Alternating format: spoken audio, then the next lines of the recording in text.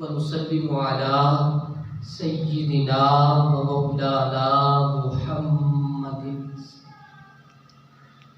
رسوله النبي الأمين المكين الحنين الكريم الرؤوف الرحيم أما بعد فأعوذ بالله من الشيطان الرجيم بسم الله الرحمن الرحيم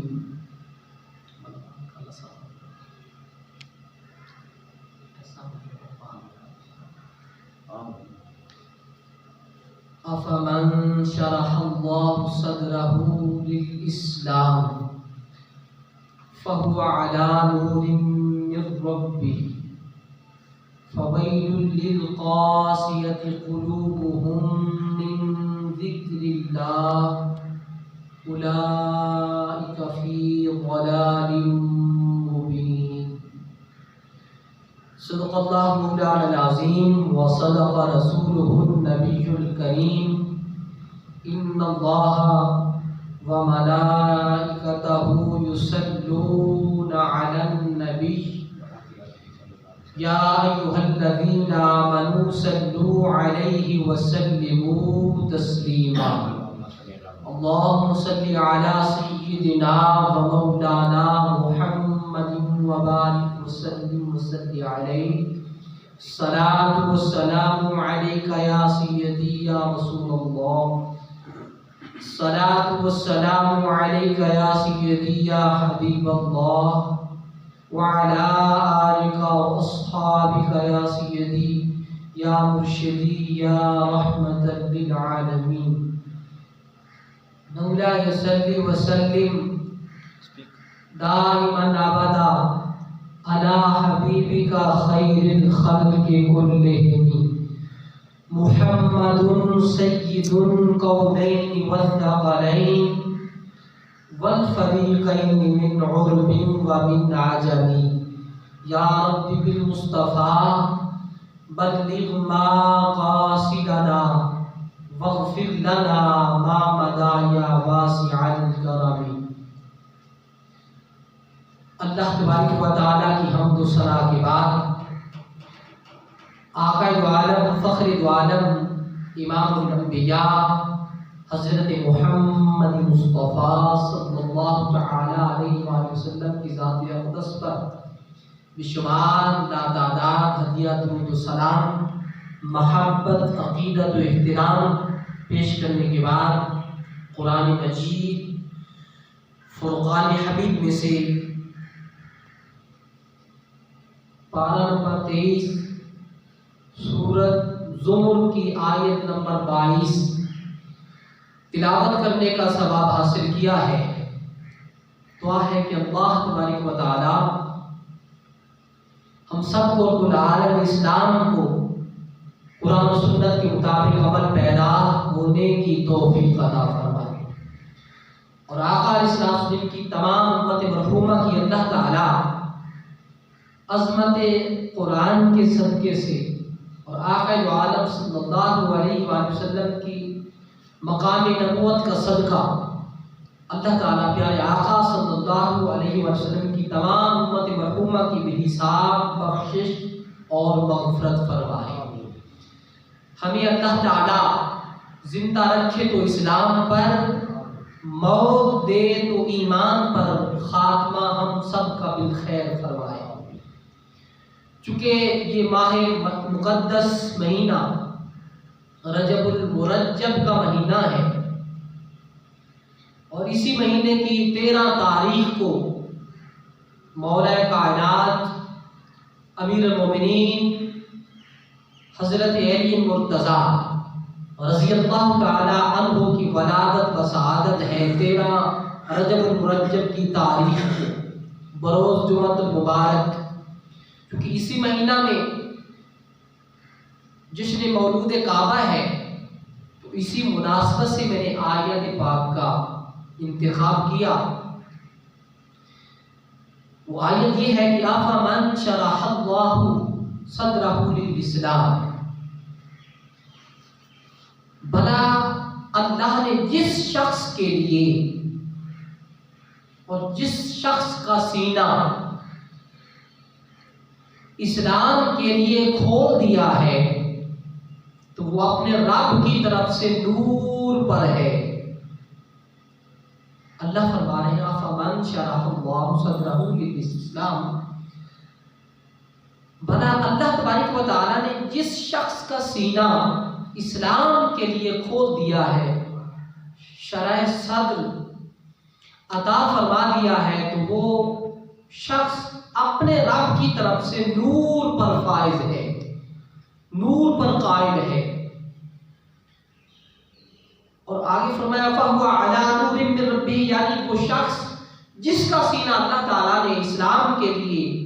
کھول دیا ہے، تو وہ شخص اللہ تبارک و تعالیٰ کی طرف سے، اپنے رب کی طرف سے نور پر ہے۔ آگے فرمایا فَوَيْلٌ لِّلْقَاسِيَةِ قُلُوبُهُم مِّن ذِكْرِ اللَّهِ، اور اس کے برعکس پس ان لوگوں کے لیے ہلاکت ہے، ان لوگوں کے لیے تباہی و بربادی ہے جن کے دل اللہ کے ذکر کے فیض سے محروم ہو کر سخت ہو گئے، اللہ کے ذکر سے محروم ہو کر سخت ہو گئے۔ اولئک فی ضلال مبین، یہی لوگ کھلی گمراہی میں ہیں، یہی لوگ ضلالت میں ہیں، یہی لوگ اندھیریوں میں ہیں۔ تو اس آیت پاک کا شان نزول یہ ہے، علامہ طبری کی تفسیر کے مطابق اس آیت پاک کی تفسیر یہ ہے کہ دو شخص، دو ہستیاں، دو اشخاص خاص ہیں اس آیت اور ان الفاظ میں، جس کا سینہ اقدس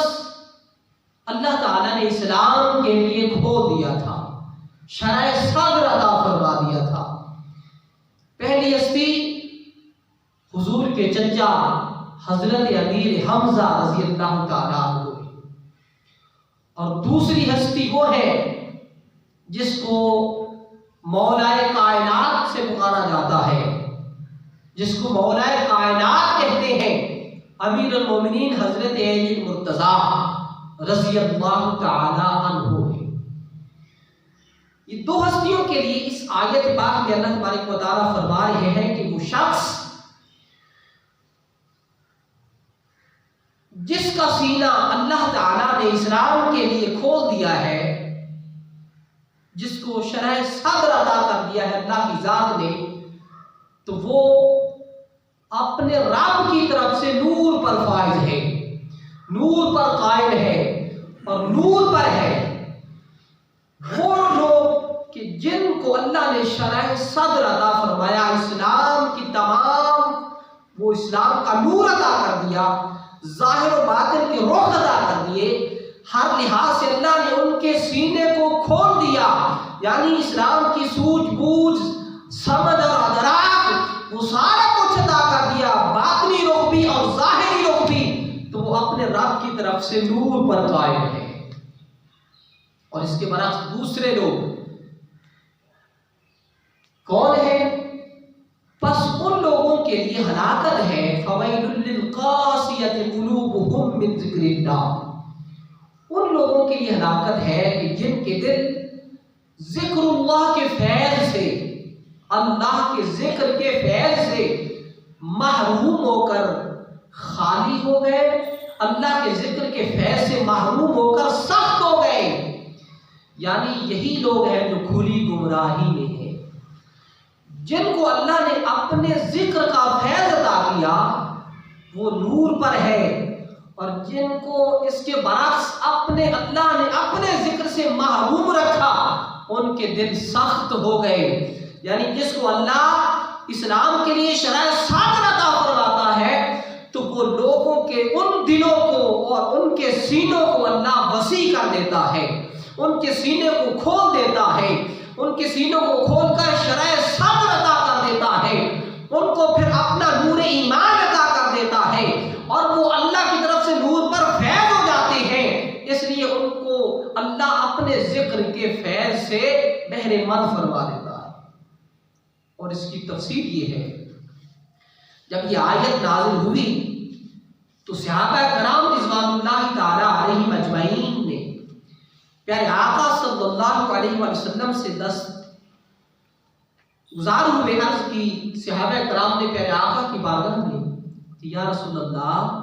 صلی اللہ علیہ وسلم یہ سینے کا کھلنا کیا ہے؟ یہ شرح صدر ہے، سینہ جب کھول دیا جاتا ہے تو یہ سینے کا کھلنا کس طرح ہوتا ہے اور یہ کیا ہے اس کا درجہ اور کس طرح کھلتا ہے،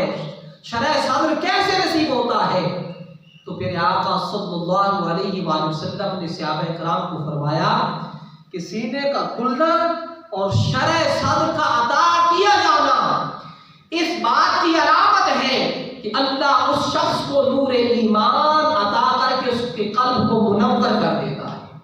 اس کے قلب کو، اس کے دل کو روشن کر دیتا ہے، اس کے دل میں، اس کے سینے میں نور ایمان داخل کر کے اندھیروں کو نکال دیتا ہے اور نور ایمان عطا کر دیتا ہے۔ اب اس کا سینہ اسلام کے لیے اللہ وسیع فرما دیتا ہے، اسلام کی تمام سوجھ بوجھ سمجھ سوچ و بچار و ادراک، یہ سارے احکامات اسلام اس کے سامنے اس طرح کھول کر رکھ دیے جاتے ہیں، وہ ظاہراً بھی دیکھ رہا ہوتا ہے اور باطناً بھی دیکھ رہا ہوتا ہے۔ حضور نے فرمایا شرح صدر یہ سینوں کا کھلنا نور ایمان کا قلب میں، دل میں داخل ہونے کا نام ہے۔ اور پھر فرمایا کہ جب کسی کو شرح صدر اللہ عطا کرتا ہے تو پھر اس کے دل میں وسعت پیدا ہوتی ہے، اس کا دل فراغ ہو جاتا ہے، اس کے دل کو اللہ فراغ اور وسیع کر دیتا ہے اور اس کے سینے کو، اس کے صدر کو اللہ وسیع کر دیتا ہے۔ اس کے سینے میں پھر بغض، حسد، اناد، کینہ، یہ ساری یہ بری خواہشات اور خصلیات ہے، یہ سب کی سب چلی جاتی ہے۔ بس اللہ اپنے نور کی برکت سے اس کے دل کو نور ایمان عطا کر کے اس کے قلب کو منور اور روشن کر دیتا ہے۔ اور اس پر صحابہ کرام نے عرض کی یا رسول اللہ پھر اس بات کی علامت کیا ہے سینے کے کھلنے کی؟ اور جس کو اللہ شرح صدر عطا کرتا ہے، اس کا سینہ کھول دیتا ہے، تو اس کی پھر علامت کیا ہے؟ تو پھر آقا صلی اللہ علیہ وآلہ وسلم نے صحابہ کرام سے فرمایا کہ صحابہ غور سے سن لو، جس کو اللہ شرح صدر عطا کرتا ہے اس کی علامت یہ ہے اور اس کی نشانی یہ ہے کہ اس کا دل دنیا سے اچاٹ ہو جاتا ہے، دنیا سے بے رغبت ہو جاتا ہے۔ اور حضور فرماتے ہیں جیسا کہ مریض کو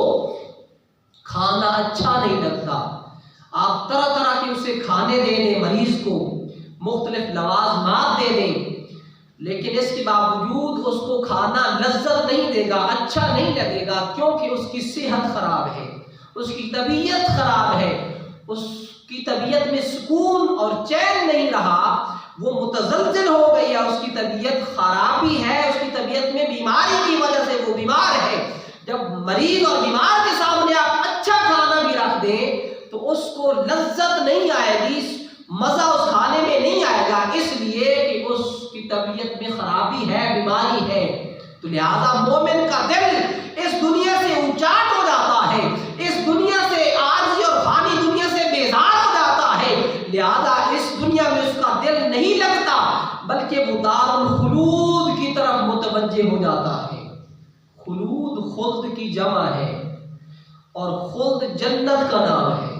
خلد جنت کو کہتے ہیں۔ حضور نے فرمایا علامت یہ ہے جس کو اللہ شرح صدر عطا کرتا ہے، اس کے سینے کو فراغ کر دیتا ہے، اس کے دل میں وسعت پیدا کر دیتا ہے، پہلی علامت یہ ہے کہ وہ دار الخلود کی طرف متوجہ ہو جاتا ہے،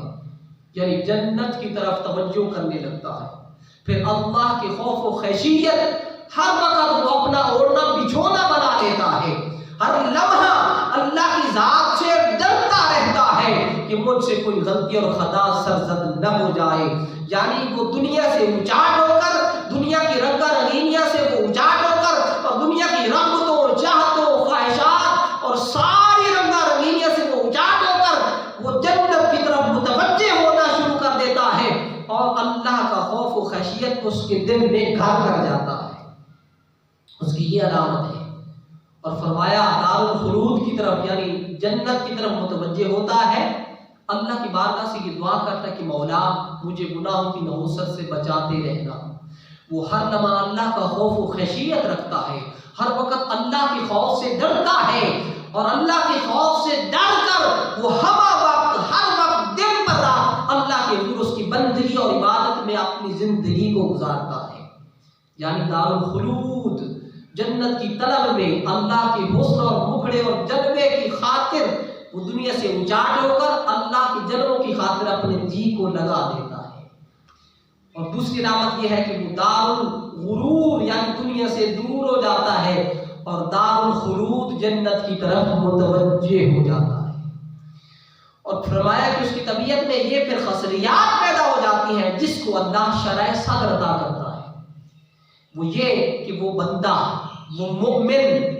اور ایمان والا، صاحب ایمان، کامل ایمان کے درجے والا موت سے محبت کرنے لگ جاتا ہے، اسے موت سے محبت ہو جاتی ہے، وہ موت کی طلب بھی کرتا ہے، اس وجہ سے کہ اللہ کا مکھڑا اور اللہ کا دیدار ہوگا، اور اللہ کا دیدار اور مکھڑا اور حضور کی زیارت کبھی نہیں مل سکتی جب تک بندہ مرنے سے پہلے مر نہیں جاتا، یہ اپنی خواہشات سے گزر نہیں جاتا۔ جیسے حضور فرماتے ہیں موتو قبل ان تموتو، مرنے سے پہلے مر جاؤ۔ اب یہ مرنے سے پہلے مرنا کا مراد کیا ہے؟ یعنی اپنی تمام خواہشات سے اوپر نکل آؤ، خواہشات کو ترک کر دو، تمام خواہشات کو چھوڑ دو، اوپر آ جاؤ۔ جب اوپر کی دنیا پر آ جاؤ گے تو انوار و تجلیات کی بارش اللہ تمہارے قلوب پر، تمہارے دلوں پر نازل فرما دے گا۔ تو فرمایا کہ کامل مومن موت سے محبت کرنے لگ جاتا ہے، دنیا سے بیزار ہو جاتا ہے، آخرت اور جنت کی طلب کرتا ہے، اور عدل و انصاف کا ترازو ہر وقت وہ قائم رکھتا ہے، اپنے نفس کا محاسبہ کرتا رہتا ہے، اپنے نفس سے اور ضمیر اندر کے ضمیر کو جھنجھوڑتا رہتا ہے کہ اے بندے تیری منزل کچھ اور ہے، تو جا کدھر اور رہا ہے، تو لہذا ہر وقت اس کے سامنے اللہ کی خوف و خشیت رہتی ہے،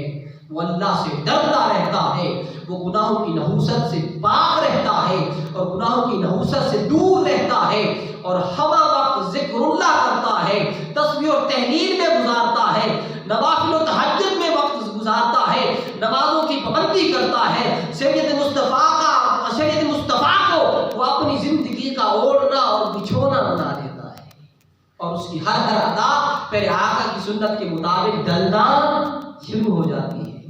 یہ فرمایا کہ اس لیے یہ اس کا شرح صدر کی تفسیر یہ ہے کہ پھر اس کو اللہ نور ایمان جب عطا کرتا ہے تو اس کے دل میں وسعت، قلب میں وسعت اور سینہ اس کا اللہ نصیب بنا دیتا ہے۔ اور اس کے برعکس وہ لوگ جو اللہ کے ذکر سے ان کے دل خالی ہے اور ذکر اللہ کرنے سے وہ محروم ہے، تو وہ ایسے دل حق کو قبول کرنے سے عاجز ہو جاتے ہیں، ان کے دل کی سختی بڑھ جاتی ہے، دل کی شقاوت بڑھ جاتی ہے، اور شقی و بدبخت ہونا ان کا مقدر کر دیا جاتا ہے۔ جیسے قرآن کی آیت میں فرمایا کلا بل ران علی قلوبہم ما کانوا یکسبون، کہ محبوب آپ نے نہیں دیکھا کہ ان لوگوں کے دلوں میں گناہوں کی وجہ سے زنگ آ گیا ہے، یہ دل ان کے زنگ خلود ہو گئے ہیں،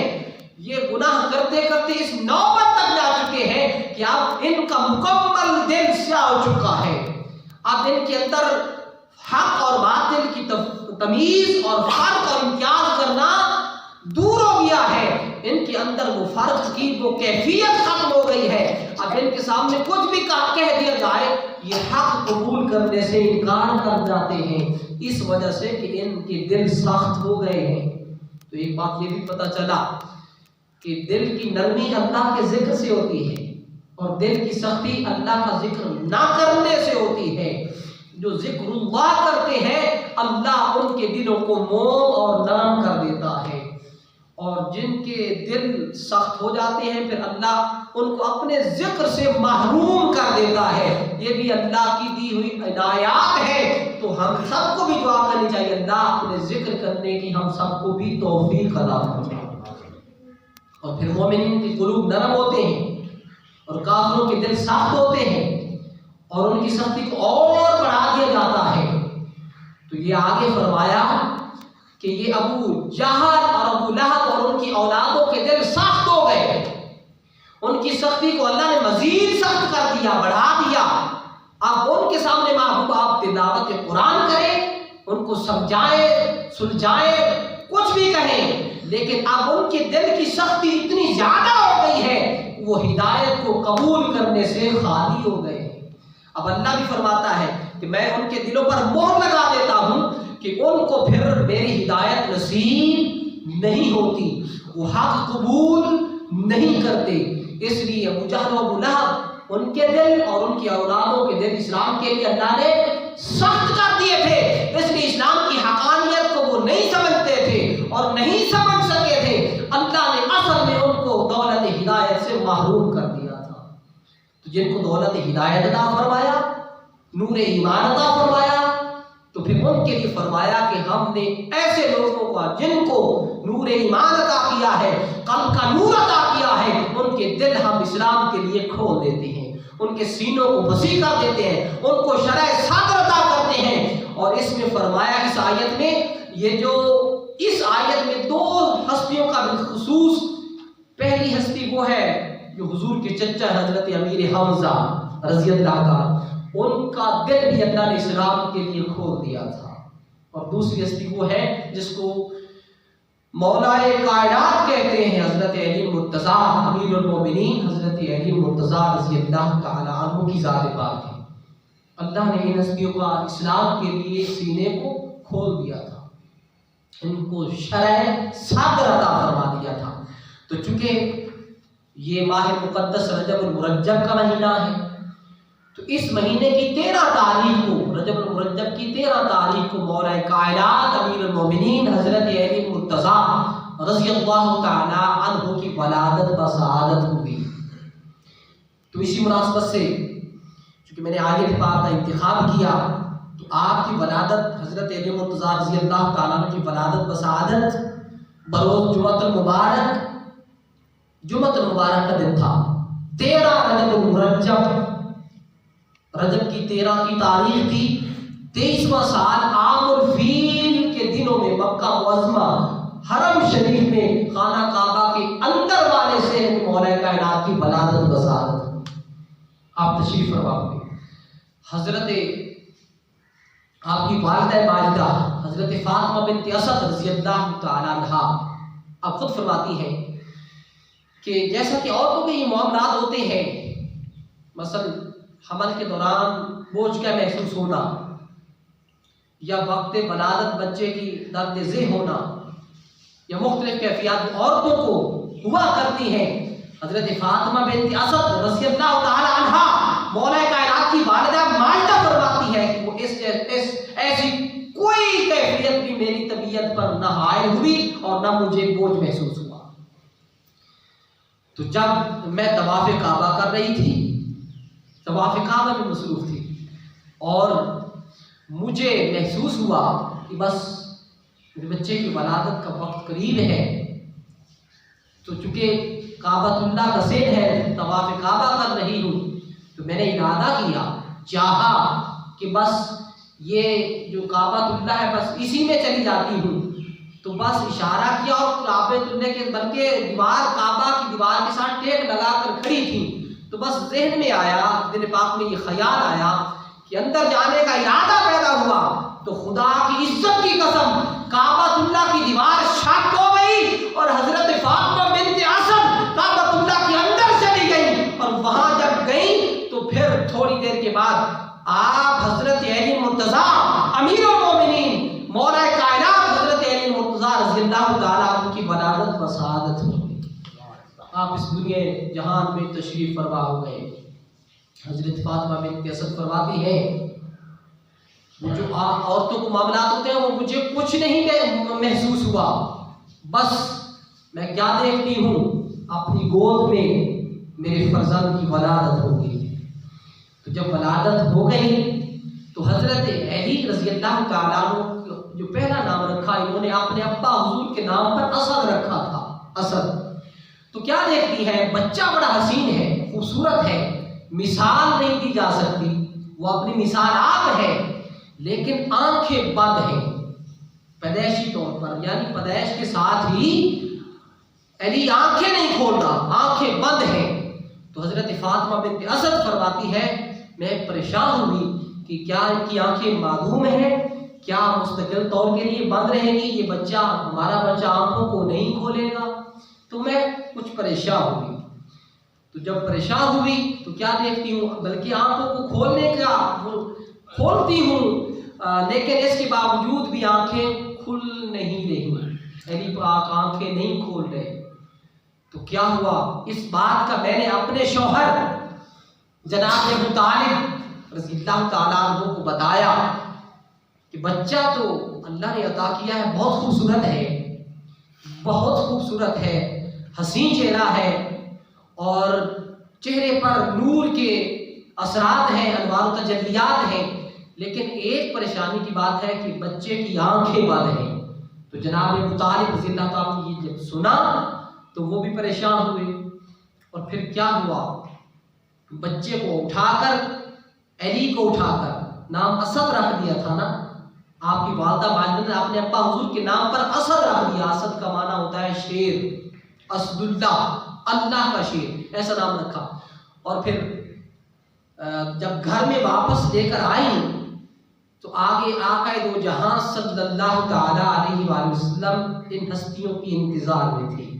منتظر تھے اور انتظار فرما رہے تھے۔ حضرت فاطمہ بنت اسد فرماتی ہیں کہ ہمارے بیٹے محمد مصطفیٰ صلی اللہ علیہ وسلم ہمارے انتظار میں تھے۔ جب ہم گھر میں پہنچے اور اپنے بیٹے کی خوشخبری، ولادت کی خوشخبری سنائی، حضور بہت خوش ہوئے، اور ہم کچھ پریشان تھے، وہ پریشانی کا عالم بھی حضور کو بتا دیا کہ آقا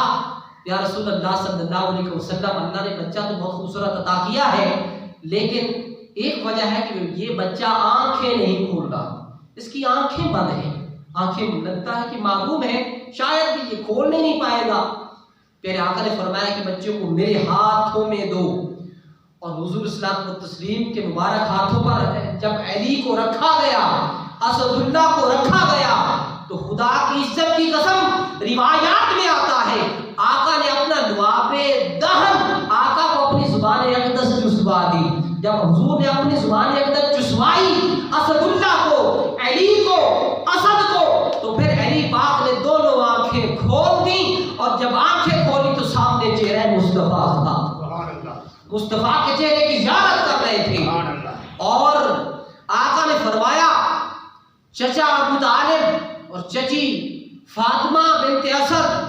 یہ آنکھیں اس کی درست ہیں، یہ ٹھیک تھا،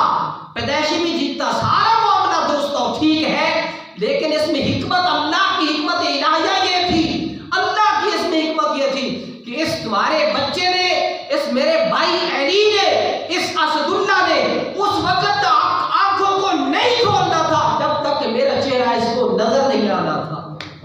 اس لیے جب اس بچے نے میرے چہرے کو دیکھا ہے تو اس نے اپنی آنکھوں کو کھول دیا ہے۔ تو آقا کی زیارت کی، حضور نے اپنا لعاب دہن یہ گھنٹی ادا کی، اپنی زبان اقدس چسوائی، اور علی پاک نے آنکھوں کو کھول کر چہرے مصطفیٰ کی طرف تکنے اور دیکھنے لگ گئے۔ اس کے بعد پھر کیا ہوا، اور یہ بھی سن لیں کہ کعبۃ اللہ میں علی پاک کے علاوہ اور کسی بچے کی پیدائش نہیں ہوئی، یہ ان کے مقدر میں تھا، اور ولادت علی پاک کی کعبۃ اللہ میں ہے، اور علی مرتضیٰ کی شہادت مسجد میں ہے، ان کا آنا بھی خدا کے گھر میں ہے، اور ان کا اللہ کے حضور وصال کر جانا بھی اللہ کے گھر میں ہے۔ اور اس لیے کسی نے بہت خوب کہا کہ وہ لوح طہر پر نقش جلی پیدا ہوا، دہر دنیا کو کہتے ہیں، نوع انسان کو مبارک ہو کہ علی پیدا ہوا، اشج عالم خطیب نکتہ بر پیدا ہوا، شار علم صاحب نبی ہنر پیدا ہوا، قاسم عرفا و ایمان و یقین پیدا ہوا، افتخار اولی و آخری پیدا ہوا۔ اور کسی نے اور کیا خوب کہا علی پاک کے بارے میں، اور چونکہ یہ شان کے مالک ہیں کہ آقا علیہ السلام و تسلیم کے بے پناہ ارشادات ہیں ان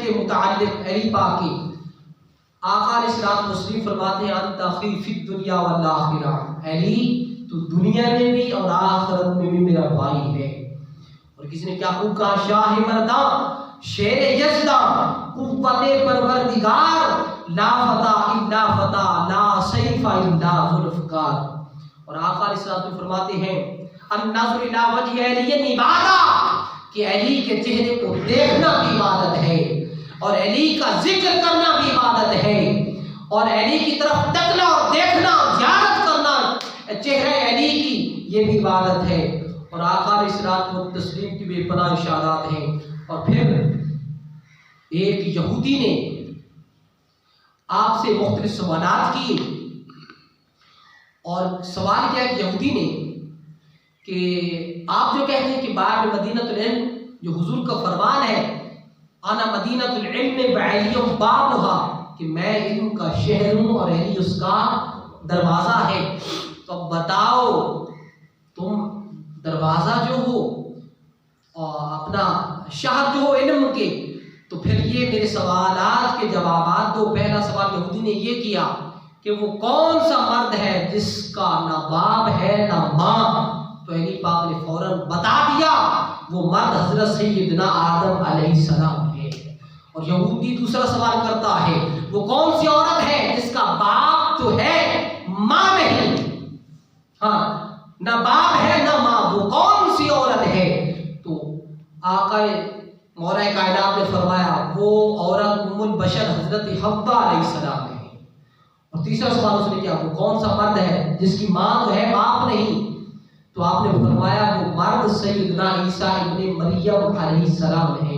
ان کی والدہ ہے لیکن باپ نہیں۔ اللہ نے حضرت جبرائیل کو بھیج کر یہ القاء کر دیا تھا، انہوں نے پھونک ماری دی کہ یہ حمل مبارک ہے۔ پھر اس نے سوال کیا کہ وہ کون سا پتھر ہے جس نے جانور جنا؟ تو علی پاک فرماتے ہیں وہ پتھر وہ ہے جو حضرت صالح علیہ السلام کی اونٹ بھی اس پتھر سے پیدا ہوئی۔ اور اس نے پھر سوال کیا کہ وہ کون سی عورت ہے جس نے ایک دن کی 3 گھڑیوں میں بچہ جنا؟ حضرت علی پاک فرماتے ہیں وہ حضرت مریم علیہ السلام ہے کہ ایک ساتھ میں ایک گھڑی میں حمل ٹھہرا، دوسری گھڑی میں درد ذیل ہوا، اور تیسری گھڑی میں حضرت عیسیٰ علیہ السلام کی ولادت و سعادت ہوئی۔ اور پھر اس یہودی سوال کرتا ہے وہ کون سے 2 دشمن ہیں جو آپس میں کبھی دوست نہیں ہوں گے؟ تو علی پاک نے فرمایا وہ 2 دشمن زندگی اور موت ہیں۔ ٹائم کیا ہوا؟ اس کے بعد آقا علیہ السلام کو تسلیم فرماتے ہیں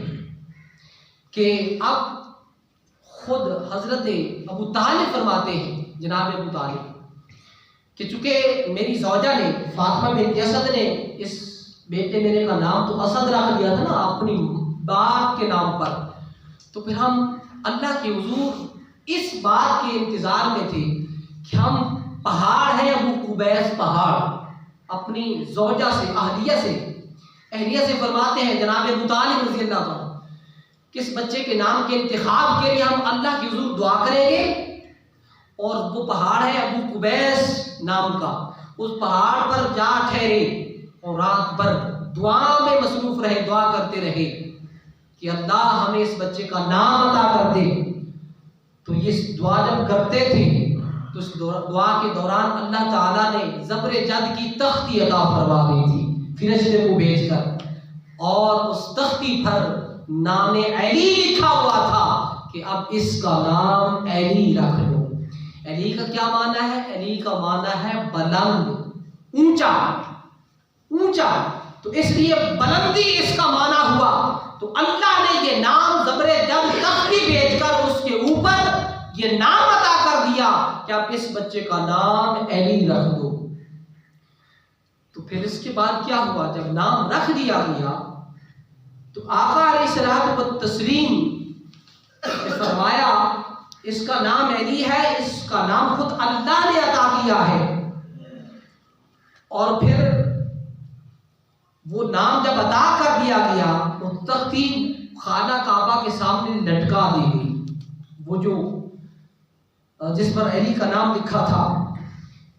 تو پھر 7ویں روز بعد عقیقہ کیا جناب ابو طالب نے 10 اونٹ ذبح کر کے حضرت علی مرتضیٰ کا عقیقہ کر دیا، لوگوں کو بلایا، کھانا پکا کر تقسیم فرما دیا، اور اس تختی کو خانہ کعبہ کی دیوار پر لٹکا دیا گیا۔ لیکن یہ تختی لٹکی تو رہی، لیکن جب دور آیا حجاج بن یوسف کا اور اس کا زمانہ آیا تو حجاج بن یوسف چونکہ ظالم تھا تو اس نے حضرت عبداللہ بن زبیر کو شہید کروا کر سولی پر لٹکوا دیا، اور پھر وہ جو تختی لٹکی ہوئی تھی جس پر علی کا نام لکھا ہوا تھا اس کی بھی بے ادبی اور بے حرمتی کی۔ تو اسی اثنا میں جب اس نے یہ معاملہ کیا تو وہ تختی اللہ کی حضور واپس چلی گئی، غیب ہو گئی۔ جب واپس چلی گئی پھر اس کے بعد وہ علی پاک کا نام اللہ نے اس حد میں یہ بتا کر جو ہے وہ ادا کر دیا۔ اس میں پھر آقا علیہ الصلوۃ والتسلیم نے خود مبارک ہاتھوں پر ہے حضرت علی آقا کے ہاتھوں پر، اور حضور صلی اللہ علیہ وسلم نے علی پاک کو غسل دیا، نہلایا۔ جب نہلا چکے علی پاک کو حضور غسل دے چکے، ساتھ فاطمہ بنت اسد بھی تھی، جناب ابو طالب بھی تھے، تو جب غسل ہو گیا علی رضی اللہ تعالیٰ عنہ کو تو واپس کرنا چاہا تو علی پاک بھی رو پڑے، اور آقا دو عالم صلی اللہ علیہ وسلم کی مبارک آنکھوں سے بھی آنسو جاری ہو گئے۔ حضور آقا دو عالم بھی رو پڑے، چشمان مقدس سے آنسو روا ہے۔ جناب ابو طالب رضی اللہ تعالیٰ عنہ آپ کے چچا نے پوچھا یا رسول اللہ اب غسل دے رہے تھے علی کو، فراغت حاصل کر لی، غسل دے چکے ہو، اس کے بعد پھر روئے کیوں؟ آپ کی مقدس آنکھوں سے آنسو کیوں روا ہو گئے؟ آقا نے فرمایا چچا ابو طالب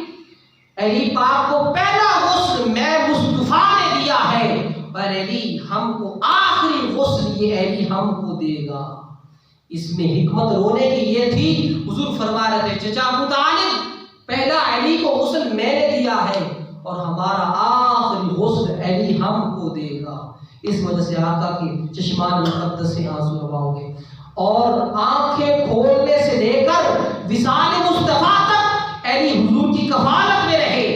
اور حضور صلی اللہ علیہ وسلم نے جب اعلان نبوت فرمایا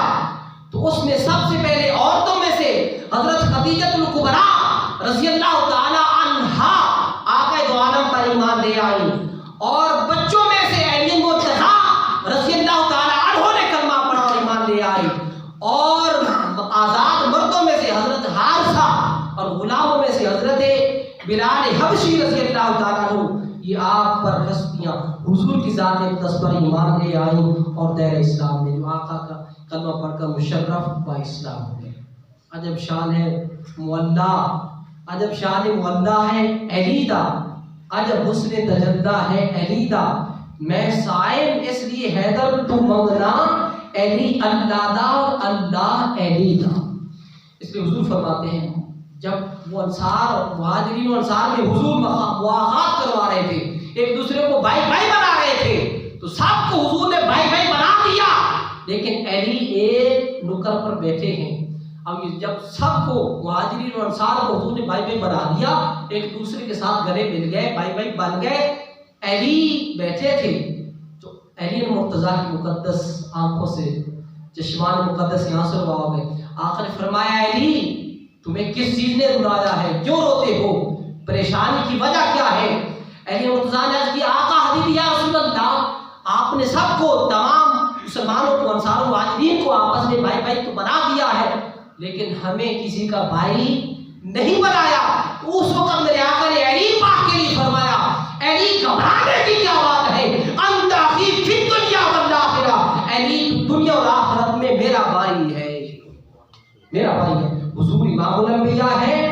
علی امام الاولیاء ہے۔ اس لیے حضور نے فرمایا آقا علی مرتضیٰ کے لیے انا مدینہ العلم بعلی بابها، میں علم کا شہر ہوں، علی اس کا دروازہ ہے جو میرے شہر میں آنا چاہے اسے پہلے دروازے سے گزر کر آنا ہوگا، جو دروازے سے نہیں آئے گا، دیواروں کو پھلانگ کر آئے گا، وہ بندہ مومن نہیں ہو سکتا۔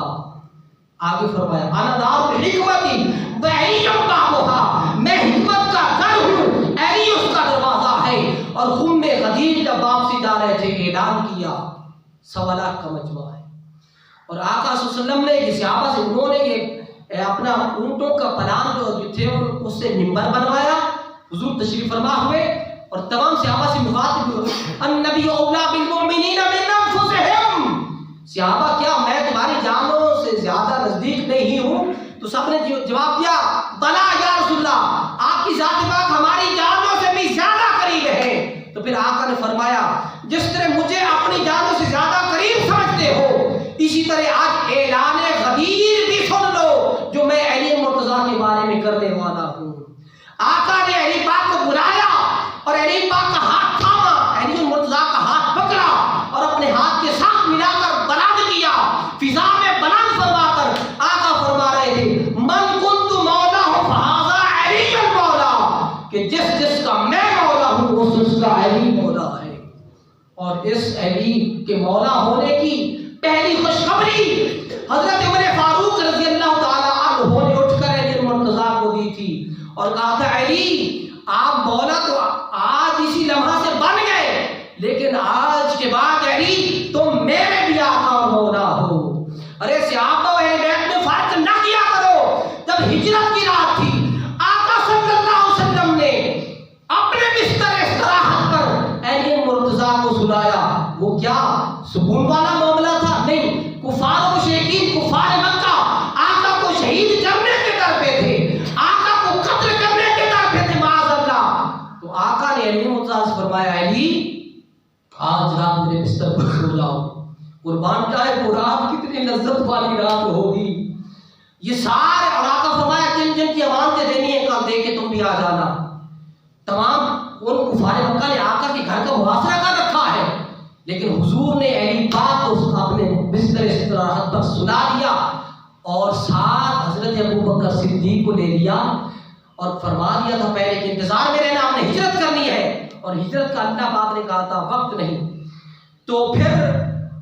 علی آقا علیہ السلام تشریف فرما ہو گئے، علی اپنا حضرت ابوبکر صدیق کے پاس، وہ پہلے سے جب سے امر دیا تھا نا آقا نے کہ ہم نے ہجرت کرنی ہے، خدا کی عزت کی قسم صدیق گھر میں سویا نہیں ہے، آرام نہیں کیا، انتظار میں کھڑے رہے۔ آقا یوں ہی گئے تو وہ دروازے پر کھڑے تھے، آقا نے فرمایا صدیق کیا تو کھڑا تھا؟ ارے یا رسول اللہ میں کھڑا تھا، جب سے آپ نے امر اور حکم دیا ہے تو آپ کے حکم کی تعمیل کر رہا ہوں۔ دیکھیں حضور کی جان نثاری کے لیے